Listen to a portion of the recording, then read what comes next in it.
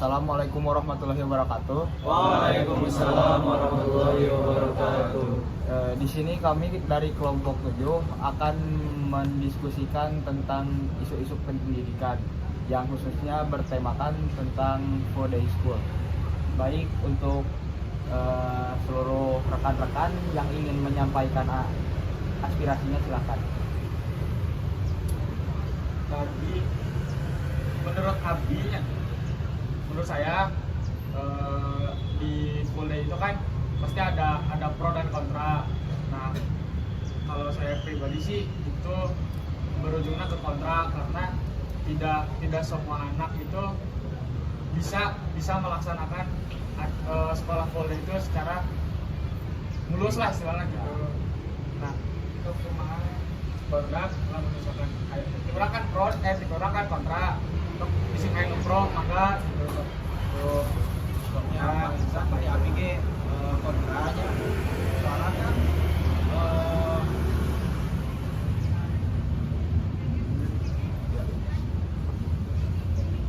Soalnya kan otak manusia teh mampu menampung belajar secara selama 3 jam.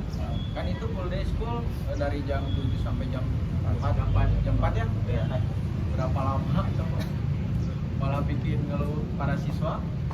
Udah segitu deh saya. jadi kalau misalkan apa sih namanya tuh, kalau misalkan tadi kan dikatakan 3 jam ya, 3 jam itu untuk di otak menampung gitu. Nah, belum lagi kita tuh belajar dari misalkan jam 7 sampai jam 4 sore, istirahat paling juga 1 jam lah, itu istirahat 1 jam buat sholat, buat makan gitu lah istilahnya, istirahat. Terus sampai rumah itu bukannya buat istirahat, tapi buat kerjain tugas lagi. Tergantung gurunya, kalau misalkan gurunya ngasih tugas ya deadline waktunya cepat ya mau nggak mau kan kita harus dikerjain juga kayak gitu.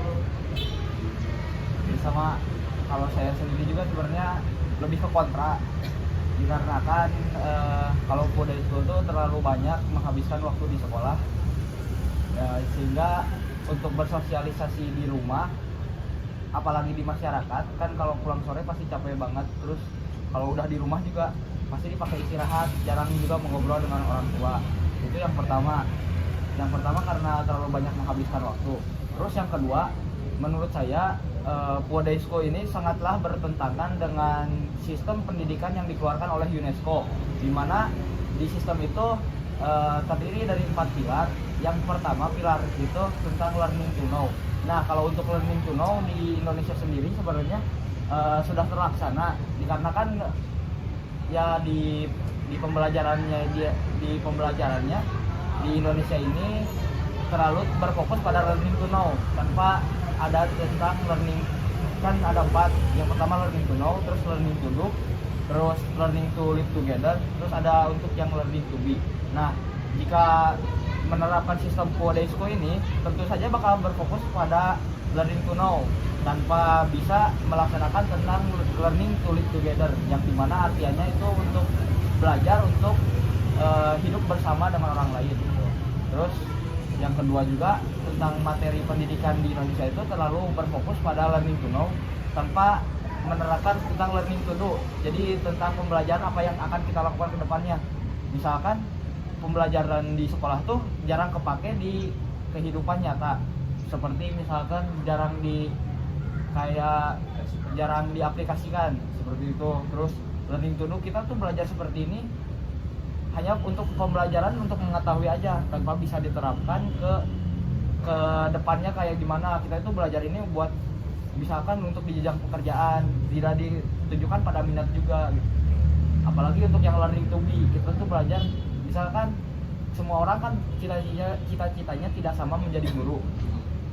Sedangkan tentang ilmu akademis itu pembelajarannya lebih berfokus untuk membentuk seseorang berpengetahuan tanpa ada praktek di akademis itu menurut saya. Sehingga jika masuk dunia pekerjaan nanti, si orang tersebut akan merasa kebingungan dan harus beradaptasi lagi dan melakukan secara tidak langsung pembelajaran peer teaching yang didapatkan dari orang lain. Mungkin segitu. Ada yang mau menambahkan? Benar, izin masuk. Tujuan pemerintah mengadakan full day school ini kan, Iya. tujuannya itu dari sisi positifnya untuk menghindari para remaja-remaja dari pergaulan bebas. Ya sebenarnya untuk pergaulan bebas sendiri itu kembali ke pribadi masing-masing gitu ya. Seperti saya juga di lingkungan saya sendiri, sebenarnya lingkungan saya itu tidak bagus lah. Orang-orang putus sekolah, orang-orang mabok banyak. Cuma kembali ke diri kita sendiri yang bisa menahan. Jadi kita tuh sebenarnya harus diajarkan untuk membedakan mana yang baik dan mana yang benar aja. Seperti saya banyak yang mengajarkan kalau jadi orang itu harus benar. Jadi alhamdulillah saya tidak terbawa-bawa oleh sama lingkungan lingkungan itu. lah. Intinya mah tergantung diri sendiri lah. Justru kalau terlalu banyak menghabiskan waktu di sekolah dengan kurangnya sosialisasi di masyarakat, sehingga kita itu jadi susah untuk bersosialisasi di dunia luar juga. Misalkan kan jadinya sekarang dampaknya itu terlalu banyak orang introvert. Coba aja kalian pergi ke suatu tempat atau gaul satu tempat deh, kalian pas pas awal-awal, apakah kalian mudah bersosialisasi dengan teman kalian? Sulit kan? Kalau saya sendiri sebenarnya saya termasuk orang ekstrovert. Jadi dia melihat orang seperti itu sangat disayangkan gitu. Jadi kalau apa-apa tuh harus saya sendiri yang memulainya. Kalau tidak ada orang yang seperti saya, mungkin mereka tidak akan mengobrol satu sama lain. Jadi orang itu tuh dari kegiatan langsung pulang. Kebanyakan seperti itu. Kayak bahasa apa sih anak kampusnya tuh Kupu-kupu. kuliah pulang Jadi gitu. si perkuliahannya jadi tidak Tapi kan ada seseorang waktu nggak tahu Mabim, nggak tahu August, ada yang bilang kalau misalkan nggak tahu berapa persennya, ini mah kata apa sih, pandangan sendiri takut salah, mohon dikoreksi, sekitar 30 atau 40% itu kita bisa mencakup tentang mata kuliah. Nah sisanya itu kita bisa mengembangkannya di luar mata kuliah tersebut, kayak contohnya di UKM, terus atau enggak misalkan habis pulang kuliah nongkrong dengan hal positif, misalkan mari ngerjain tugas bareng-bareng. Nah itu kan bisa menambah wawasan sendiri gitu. Ya, jadi itu tuh termasuknya sebenarnya ke ranah pembelajaran peer teaching atau ranah pembelajaran yang bisa didapatkan dari teman sebaya. Emang seperti kan sosialisasi itu sangat perlu sebenarnya kan. Sedangkan kalau full day school kita belajar terus-terusan, yang didengarkan hanya obrolan guru. Sedangkan di sekolah juga istirahat paling berapa? Setengah jam itu dipakai buat makan dan ngobrol bentar doang. Tidak sempat mengobrolkan hal-hal yang ingin kita pelajari lah. Terus pengembangan minat bakat kita juga jadinya kurang terlalu fokus untuk mencakup akademisnya Akademis, gitu. Minat akademisnya teh kurang. Jadi kan misalkan terhalang waktu belajar juga enak kan, pulang jam 4 gitu kan, pulang jam 4 kita can aing school gitu Ya. school kita pulang maghrib sampai rumah tugas ya kan kayak gitu. Bang akademis nanti kos itu langsung dimulai buat disampaikan Bisa ada isu tentang pendidikan lain, misalkan di lingkungan kalian, silakan keluarkan dari di lingkungan sekolah kalian apa yang kalian rasakan. diskusi sama diskusi Santai, campur bantu. itu ini kalau maka jurusannya Ini mah tentang tentang fasilitas di sekolah. Kan biasanya fasilitas sekolah itu kan harusnya bagus nih. Apa jangan-jangan fasilitas itu karena dana untuk memfasilitasi sekolah itu dikorupsi gitu sama orang-orang yang ada di atas kan. Nah, apa sih peran kita dan upaya kita itu untuk mengatasi orang-orang yang mengkorupsi dana pendidikan? Silakan ada yang mau kasih solusi atau saran? izin masuk ya, maksudnya teh benar. Buat setahu saya kan di pemerintah itu selama beberapa tahun kebelakang itu ada dana bos. Nah, dana bos itu kan ditentuin misalkan negeri sekian, swasta sekian. Nah itu teh kan kalau misalkan tidak tidak sesuai dengan kriteria atau jumlah dari atas, itu kan bisa jadi pertanyaan. Nah itu dikorupsinya sama siapa atau dilipatnya sama siapa gitu kan, pertanyaannya kayak gitu. Nah, kebanyakan itu hampir 20% dari dana bos tersebut itu teh bisa jadi terambil, tapi tidak tahu oleh oknum siapa gitu, masih pertanyaan kayak gitu. Nah dari saya seperti itu.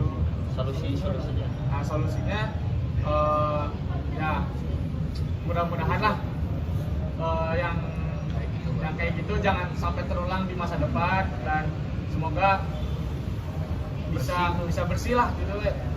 Bebas dari pungli lah. Nah, Untuk saran menyelesaikan masalah tersebut mungkin dari saya pribadi ya, sebenarnya mungkin tidak ada urusannya dengan mahasiswa juga, cuma ini mah saran saja. Ya untuk pendataan mohon lebih diperhatikan saja. Jadi dari pendataan kurangnya dari pendataan sesuatu seperti itu bisa terjadi. Karena itu berdampak juga kan Ya, buat ya. kelangsungan. Pengawasan dari pendataan itu, jadi kalau pendataan itu tidak diawasi otomatis kan bisa dirubah ya, sama oknum. betul. Terus bisa ini kembali lagi ke topik yang Food Expo. Di sini yang tidak api mah kontrak. Nah tadi apa sih yang kontrak? Soalnya pilih air pro, kumaha, order, itu, so. Untuk kekurangan Poldesko, katanya Poldesko itu seharusnya kan nggak ada tugas gitu sebenarnya. Ya. Setahu saya gitu. Tapi ya masih ada gitu tugas, apalagi tugasnya apa banyak gitu. Terus nggak ada waktu gitu. Ya jadi nggak ada waktu untuk mengembangkan, saya harus mengembangkan minat mungkin selain akademisi gitu. Ya paling itu aja sih kekurangan dari saya. Ya, Food Expo, jadi di Food Expo ini terlalu banyak tugas di dalam sekolah maupun di luar sekolah. Ya. Jadi berbeda, meskipun ada tugas yang di sekolah sudah selesai, terkadang ada beberapa guru juga kan yang masih memberikan tugas di luar sekolah, sehingga itu lumayan memakan waktu. Dan meskipun hari Sabtu libur, Kosong. nah si hari libur itu kadang jarang dipakai untuk bersosialisasi dengan orang luar gitu. Jadi dia cuma bisa memakai waktu itu untuk bersosialisasi pendekatan dengan keluarganya sendiri. Bisa dengan membantu-bantu, misalkan kalau orang sibuk kan yang orang tuanya berjualan, pasti si anak itu kan membantu berjualan. Jadi si anak itu juga sangat susah lah untuk ngobrol dengan teman sebayanya. Cari Bisa. waktu untuk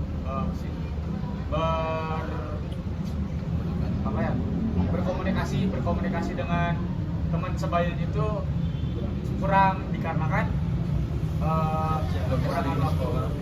Nah, Itu masuk juga sisi negatif dari Food Expo itu bukan hanya terkait kepada siswa-siswanya, kepada para guru yang mengajar juga pasti ada sisi negatifnya. ya. Iya. Kan apalagi kalau guru-guru yang sudah menikah dan mempunyai keluarga gitu. Ya. Nah, itu. Quality time dengan keluarganya itu cuman pada habis maghrib Ya. kalau misalnya. Ya. Nggak ada juga. Ya, untuk guru sendiri juga kan punya kesibukan juga gitu. Apalagi dibandingkan siswa sebenarnya lebih banyak guru juga gitu kesibukan tuh. Seperti mengurus keluarga, terus kalau ada barang-barang yang harus dibereskan di rumah kan itu pekerjaan orang tua juga gitu. Jadi kasihan lah kalau Food Expo ini terus diterapkan menurut saya. Jadi solusinya ke depannya mungkin si Food Expo ini bisa digantikan dengan ya enggak, bukan kurikulum sebelumnya sebenarnya. Bisa untuk kurikulum kedepannya bisa mengacu pada sistem pendidikan yang dikeluarkan oleh UNESCO. Yang tadi yang 4 tadi itu, yang learning to know, learning to do, learning to live together, dan learning to be. Nah, sehingga pada pembelajaran itu tidak berfokus pada akademis saja. Jadi di dalam sekolah itu bisa menyediakan tentang minat bakat kita supaya si para peserta didik itu bisa berfokus pada bakat dia, sehingga suatu saat di masa depan dia tinggal merealisasikan bakat dia tersebut. Jadi selama dia menjalani masa pendidikan, selama pendidikan itu dia bisa berfokus pada jadi dia bisa mengetahui tentang segala hal juga, terus sekaligus dia juga bisa mengejar cita-citanya. Jadi selama tahun pembelajaran itu dia berfokus juga mempelajari tentang apa yang dia inginkan. Jadi misalkan di sekolah tuh mengajarkan tentang banyak anak yang ingin menjadi chef. Nah, di sekolah itu mengajarkan tentang ada jam di mana si anak itu bisa belajar tentang memasak, ilmu memasak. Terus bisa ada anak yang ingin menjadi fotografer. Nah, si anak itu bisa belajar dari usia dini juga, dari usia SD bisa mempelajari tentang kamera, sehingga di umur remajanya si anak itu mungkin sudah bisa menjadi seorang fotografer dan menghasilkan penghasilan sendiri gitu. Karena sudah punya basic ya. Meskipun di Indonesia juga ada pembelajaran tentang fotografi dan memasak, cuma menurut saya pembelajaran itu kan beradanya di tingkat SMK sama perkuliahan. Nah, kalau di situ kayak waktunya itu terlalu telat. Jadi si anak terlalu tua, sudah menjadi tua, dan pembahasan di otak juga sudah penuh dengan materi-materi akademis. Jadi akan lebih lama, memakan lebih waktu, lebih lama. Dari anak usia SD sudah ditentukan tentang minat bakat dia, ditentukan di sekolah. Jadi pembelajaran seperti itu dilakukan di sekolah. Seperti itu mungkin saran dari saya, solusinya. Kalau misalkan kayak gitu teh, minimalnya saya tadi kan ngambilnya teh SMK atau enggak perkuliahan. Jadi solusi buat kedepannya itu kalau misalkan emang mau mengembangkan bakat tersebut dari sejak SMP, dari SD itu sudah diajarkan gitu, sedikit demi sedikit gitu kan. Tidak semua pembelajaran itu tentang akademis saja. Misalkan akademis cuma ada beberapa jam. Terus sisanya itu dipakai buat mengasah diri, mengasah masing-masing lah, menggali hard skill dia sendiri. Kan dengan belajar hard skill sendiri itu otomatis dia belajar tentang cara dia memanage diri dia untuk mempersiapkan diri di masa depan juga. Terus di pembelajaran hard skill ini jangan terlalu berfokus pada guru, jadi membiarkan si anak juga untuk berkembang dengan teman-temannya gitu, bersosialisasi dengan teman-temannya. Jadi si guru ini cuma jadi pembimbing saja, jadi tidak seperti guru yang sekarang yang harus gini Tapi dimakan sama orang tua. Ya, masak seperti itu. Ya. Sehingga gampang untuk solusinya. Mungkin ada tambahan lagi solusi. Untuk budaya sisi negatif bagi guru kan budaya itu bagi guru kan belum ada urusan sekolah gitu. Itu juga sebelum ada urusan lain gitu selain di sekolah seperti seminar gitu. Jadi agak kasihan gitu, terutama kan ibu sama bapak saya kan jadi agak capek gitu. Karena udah ada ada tambahan di sekolah sama ada tambahan lain gitu. Jadi sekarang lanjut aja ke solusinya. Silakan ada yang ada tambahan. Untuk pembahasan isu dicukupkan saja. Nah, untuk solusi silakan lanjutkan yang dari tadi saya sampaikan. Izin masuk Kak, kalau misal buat solusi ya, gimana kalau negara kita menerapkan kurikulum seperti negara Finlandia? Ya bisa, kan negara Finlandia juga itu acuannya dari UNESCO juga, yang dari 4 pilar pendidikan UNESCO, sehingga bisa dilihat dari perkembangan di Finlandia, pembelajaran tidak berlangsung dari Senin sampai Jumat. Pembelajaran cuma berlangsung selama 3 hari, dan pembelajaran di tiap minggu tuh kalau tidak salah cuma 3 atau 4 enggak, per minggunya cuma 12 jam kalau nggak salah. Tapi menerapkannya gimana tuh? tidak kan mau bisa langsung. Iya. Fenomena kan? Iya. Jadi kita harus merubah sistemnya dulu dari awal tuh. Kita merubah sistem awal, terus diawali dengan kurikulum. Terus seperti tadi yang saya sampaikan, di sekolah itu kita harus menerapkan ya dari awal tuh tentang minat bakat tuh harus diasah. Memasukkan tentang minat bakat di awal tuh dari sekolah tuh harus sangat minat bakat sedang ini gitu. Itu harusnya mau benar-benar biasa tentang pendidikan. Ya jadi pendidikan akademik dan non akademik itu harus setara, seimbang. Tapi bisa nggak sih pendidikan akademik sama non akademik itu dimasukin ke full day? Ya bisa sebenarnya. Jadi di full day itu jangan terlalu berfokus pada pendidikan akademisnya saja. Jadi harus ada waktu di mana dia bisa melatih diri dia sendiri, terus di mana ada waktu untuk bersosialisasi juga, seperti itu. Mungkin bisa ada tambahan, kalau tidak ada mungkin bisa langsung tutup. Bisa masih udah mungkin apa ya, masyarakat itu bisa memberi mata pelajaran yang diinginkan, bukan Ya. untuk semua harus Ya, bisa gitu. jangan- Kayak jangan disamakan. SMP gitu, matematika harus bisa, biologi harus bisa, untuk ya minimal ada Bakat. bakat gitu kan. Kalau zaman saya kan SMP itu harus bisa lah gitu, harus minimal Semua. ada 80 gitu di rapot itu kan, capek gitu lah, belum tegas gitu. Kalau misalkan kita bisa memilih jurusan yang apa seperti ini yang kuliah gitu lah, kan enak gitu. Sudah ada apa ya, sudah ada ini bakat, minat, jadi sudah enak itu, sudah apa tahu lah jalannya itu harus gimana juga, harus bisa segalanya gitu. Ya tidak harus disamakan dikarenakan karakter orang itu berbeda-beda. Ya. Setuju ya. Untuk solusinya seperti itu.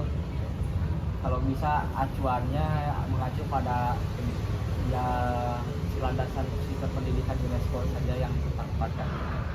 Mungkin dicukupkan sekian diskusi dari kelompok 7 dan sudah menemukan solusi ya. Alhamdulillahnya. Mohon maaf bila ada kesalahan kata. Wassalamualaikum warahmatullahi wabarakatuh. Waalaikumsalam warahmatullahi wabarakatuh.